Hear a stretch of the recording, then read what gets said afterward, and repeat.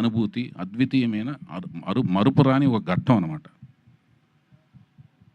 ఆయన ఏమైతే ఆలోచించి వాళ్ళ కుమార్తెలకి ఈశ్వరి ఈశ్వరి ఈశ్వరి అని శక్తి స్వరూపాలుగా పేర్లు పెట్టారో, ఆ శక్తి స్వరూపాలు అంటే నిన్న కాక మొన్న నేను వేసిన ఒక పాంప్లెట్, అంటే వీళ్ళు మా స్పెషల్ ఆస్పిషియస్ గెస్ట్స్ అతిథులు అని నేను ఏదైతే ఒక పాంప్లెట్ వేశానో, ఆస్పిషియస్ గెస్ట్స్ అని వేశానో, అక్కడ అది నేను చూసుకుంటే నాకే ఆశ్చర్యం వేసింది ఆ డిజైన్.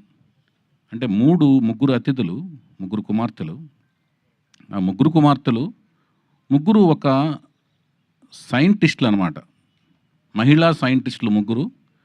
ఆ మెమోరియల్ ఎలా అనిపించిందంటే నాకు శ్రీహరికోటలో లాంచింగ్ ప్యాడ్ లాగా అనిపించింది. రాకెట్లను లాంచింగ్ చేసి ఒక లాంచింగ్ ప్యాడ్ లాగా అనిపించింది. ఆ లాంచింగ్ ప్యాడ్లోంచి ఒక రాకెట్ని, ఒక మిసైల్ని, ఒక స్టడ్ని స్టార్స్ కేటగిరీలోకి లాంచ్ అయిపోయే ఇందుకు వచ్చి సైంటిస్టులు ముగ్గురు పూనుకుని, ఒక మహిళా సైంటిస్టులు పూనుకుని లాంచ్ అయిపోతున్నారు అన్నట్టుగా నాకు డిజైన్ చేసిన తర్వాత అనిపించింది, డిజైన్ చేయించుకున్న తర్వాత అనిపించింది. ఆ మిసైల్ మరెవరో కాదు, ఆ స్టడ్ మరెవరో కాదు, ఫ్యూచర్లో ఆ స్టార్స్ కేటగిరీలోకి అద్భుతమైన రేంజ్లోకి వెళ్ళబోయే స్టార్ ఎన్టీఆర్, మా ఎన్టీఆర్ అని అనిపించింది. నాకు అది గర్వకారణంగా అనిపించింది. అది భవిష్యత్తులో జరగబోతుందని నాకు అనిపిస్తుంది, ఇన్స్టిట్యూషన్ అనిపిస్తుంది. ఇదంతా ఎందుకు అనిపిస్తుంది అంటే దానికి విశేషమైన కృషి విశిష్టమైన కృషి, కావాల్సినంత కసి తనలో ఉన్నట్టుగా నాకు అనిపించింది. దానికి ఇదంతా ఎప్పుడు అనిపిస్తుంది అంటే ప్రాజెక్టుకి కావాల్సిన కృషి, పట్టుదలతో కసిగా మేము పనిచేయటం, జయాపజయాలనేది మీరు చూసి రేపొద్దున మాకు ఇచ్చే రిసెప్షన్లోంచి ఆధారపడి ఉంటాయి. సో ముగ్గురు